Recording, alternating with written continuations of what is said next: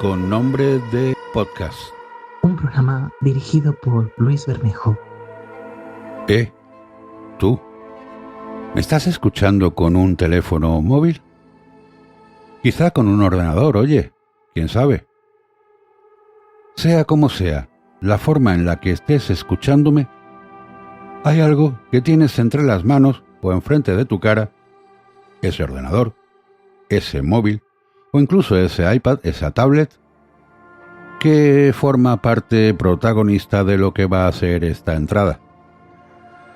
Todos están hechos de diferentes materiales, pero hay uno sin el cual no podrías tener ese móvil metido en un bolsillo sin que abultase en nada.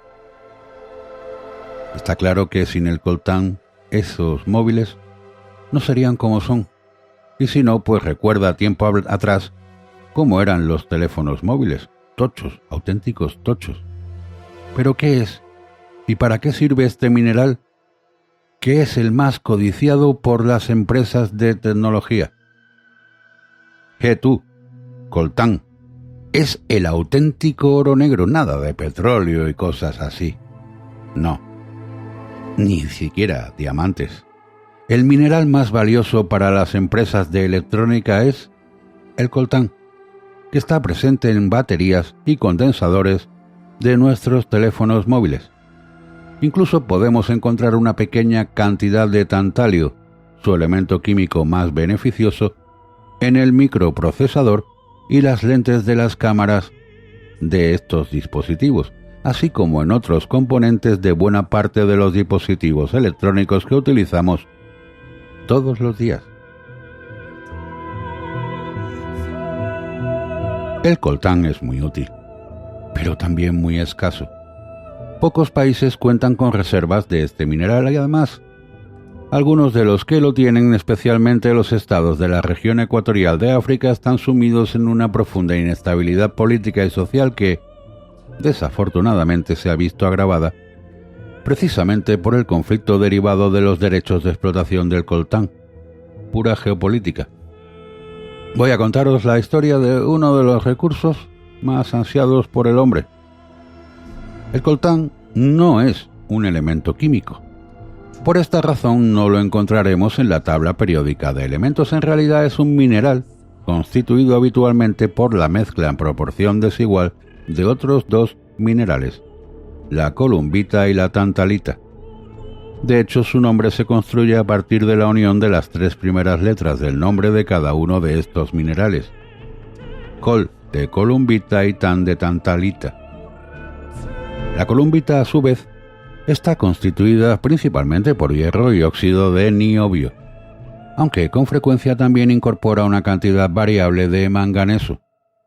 Es densa y su color es oscuro, casi siempre negro o marrón intenso. La tantalita incorpora óxido de tántalo o tantalio, hierro y manganeso, y al igual que la columbita, este último mineral es muy denso y tiene un color negro intenso. De hecho, la composición de estos dos minerales es relativamente parecida. En esta entrada no vamos a necesitar profundizar en sus características físico-químicas, pero nos viene bien saber que la principal diferencia existente entre la columbita y la tantalita consiste en que el niobio presente en el primero de estos minerales se ve reemplazado por tántalo en el segundo, y precisamente en este último elemento el más valioso y la razón por la que el coltán es tan codiciado. ¿Por qué? Pues sencillamente debido a que sus propiedades físico-químicas lo hacen idóneos para fabricar condensadores y resistencias de alta potencia, entre otros componentes. Estas últimas, las resistencias de potencia elevada, se utilizan habitualmente en los generadores eólicos, los filtros de alta tensión o los bancos de carga, entre otras posibles aplicaciones.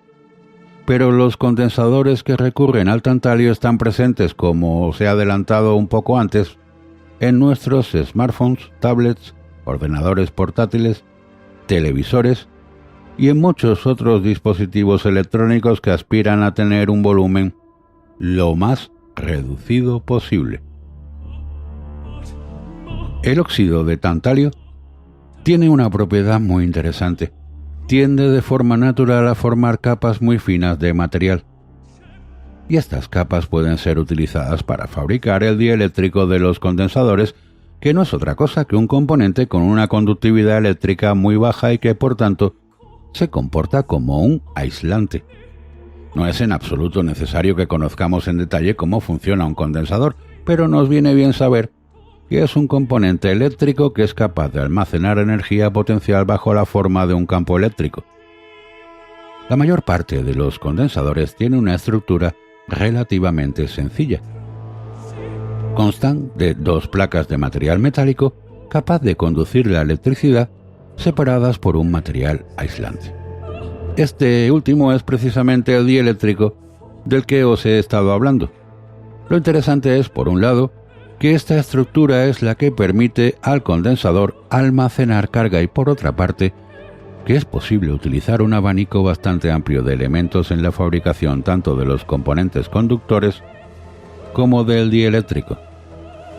Los condensadores electrolíticos de aluminio podemos encontrarlos en muchos de los electrodomésticos que tenemos en casa y también en las placas bases de nuestros ordenadores. Sin embargo, no son la mejor opción para aquellos dispositivos electrónicos en los que el grosor debe ser lo más reducido posible, como los smartphones, los ordenadores portátiles o las tablets. Esto se debe a que el dieléctrico de estos condensadores está constituido por óxido de aluminio, que debe tener un grosor relativamente elevado para que cumpla su función como material aislante de manera eficaz. Los condensadores de tantalio, sin embargo, utilizan óxido de este elemento en el dieléctrico y, como hemos visto al principio de esta entrada, el óxido de tantalio tiende de forma natural a considerarse bajo la forma de una capa muy fina de este material. La diferencia de grosor existente entre el dieléctrico de un condensador de aluminio y el de un condensador de tantalio contribuye de manera clara a que estos últimos sean sensiblemente más compactos. Pero esto no es todo. Además, su capacitancia, que es la capacidad de acumulación de carga eléctrica, es alta a pesar de su reducido volumen, lo que coloca a los condensadores de tantalio como la opción ideal para cualquier dispositivo electrónico que deba tener un volumen lo más contenido posible.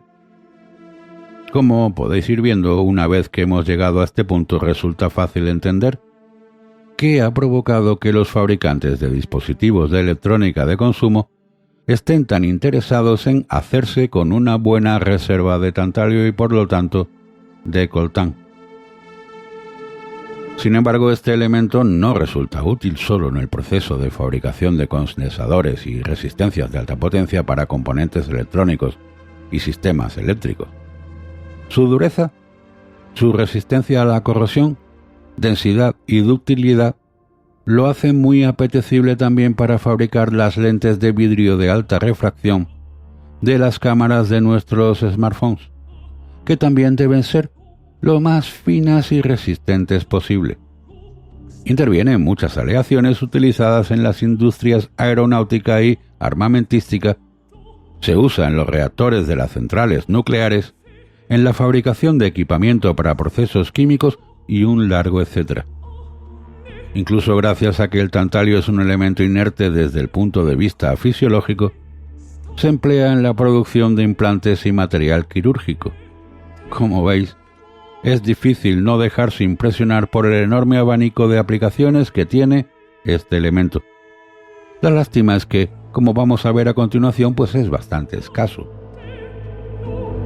Aunque las cifras varían dependiendo de la fuente a la que recurramos, casi todas están de acuerdo en que una parte muy importante del coltán que podemos adquirir actualmente en el mercado procede de las minas de la República Democrática del Congo. Algunos medios defienden que este país africano tiene la mayor reserva de mineral tan escaso, alrededor de un 80% del total disponible en el planeta. Otros, sin embargo, consideran que Ruanda, Nigeria, Brasil, China, Rusia, Australia y Canadá se encuentran en disposición de competir en este ranking. Recuerda visitar nuestras redes sociales, darle a me gusta, compartir el programa, comentar o preguntar por escrito con un audio sobre los temas tratados o de los que te apetezca. Por esta razón, si queremos manejar datos fidedignos, es necesario recurrir a una fuente sólida. El Servicio Geológico de Estados Unidos elabora anualmente un informe pormenorizado en el que detalla con bastante precisión no solo qué cantidad de mineral de tantalio se ha extraído de las minas de los países productores, sino también con qué reserva cuentan algunos de estos estados. Este último dato no está disponible para China ni para los países africanos, porque sus gobiernos no lo hacen público. Pero los estados occidentales o bajo influencia occidental, como Canadá, Brasil, Estados Unidos o Australia, sí lo han dado a conocer. La última versión del informe elaborado por el Servicio Geológico de Estados Unidos en el momento en el que os estoy hablando de esto es la del año 2017, y las cifras que refleja no dejan lugar a dudas. El país que más tantalio produjo durante el año pasado fue Ruanda, que alcanzó las 390 toneladas. En la segunda posición aparece la República Democrática del Congo con 370 toneladas. Sin embargo, estos dos datos en particular requieren que hagamos un inciso porque, aunque son oficiales, no reflejan fielmente la realidad. Varios medios de comunicación y organizaciones no gubernamentales, como The Washington Post, UNICEF o Amnistía Internacional, entre otros, llevan años denunciando que los gobiernos de Uganda y sobre todo de Ruanda proporcionan financiación a numerosos grupos guerrilleros afianzados en el territorio congoleño para hacerse con el control de sus minas de coltán, cobalto, estaño, níquel y tungsteno. Por esta razón es razonable considerar que una parte de las 390 toneladas de tantalio, supuestamente extraída de las minas ruandesas, en realidad procede del territorio congoleño. Pero, en cualquier caso, la tercera posición de esta clasificación la ocupa otro país centroafricano, Nigeria, con 190 toneladas. Después aparecen Brasil con 100, China con 95 y Etiopía con 60 toneladas. Otros países que oficialmente extraen cantidades importantes de mineral de tantalio y que no aparecen en esta clasificación, pero sí en el informe elaborado por el Servicio Geológico de Estados Unidos, son Canadá y Australia. Curiosamente, desde hace unos meses también se extrae coltán en España, en la mina de la aldea orensana de Penouta, que por el momento es la única existente en el sur y centro de Europa. Desafortunadamente, la extracción no solo del coltán, sino también del cobalto, el estaño, el níquel y el tungsteno en las minas de la República Democrática del Congo se lleva a cabo casi siempre en unas condiciones deplorables. Las personas que trabajan en las minas lo hacen sin medios, con la ropa inadecuada, cuando no medio desnudos, y sin las más mínimas condiciones de seguridad. Pero esto lo hemos visto también en otros puntos del mundo y con otros minerales, ¿verdad? Chile, Perú, en fin. No voy a nombrarlos todos. Lo peor de todo es que es habitual ver a niños llevando a cabo un trabajo que apenas pueden soportar los adultos. Según UNICEF, hay al menos 40.000 menores trabajando en las minas de mineral del Congo. Pero claro, en aquella cultura, pues que un niño trabaje suele ser normal, como era normal en tiempos de posguerra de España que los menores trabajaran o ayudaran en el campo. Así que estamos en esa dicotomía, claro. Pero en fin, los datos son los datos. Y UNICEF, aunque tenga cosas buenas y cosas malas, pues por lo menos hay que, si no creerla al 100%, por lo menos sí tenerla como referente. Como os mencioné un poco antes, muchos medios de comunicación y organizaciones no gubernamentales llevan años denunciando la terrible crisis humanitaria, económica, social y política en la que este país centroafricano está sumido desde que se inició la guerra que lo asola desde hace ya 2 décadas. Quizá guerra por el dominio de este mineral. El interés de las grandes corporaciones occidentales y asiáticas en minerales como el coltán y el cobalto no ha hecho otra cosa que acentuar la inestabilidad del Congo, provocando que muchas minas pasen a estar controladas por grupos armados que obligan a las personas que viven en los pueblos de la zona a trabajar en las condiciones más lamentables que podamos imaginar. ¿Pero la culpa es del Estado o es de esos grupos armados que el gobierno de alguna forma los permite? En fin, la verdad es que resolver esto es un poquito complicado, ¿verdad?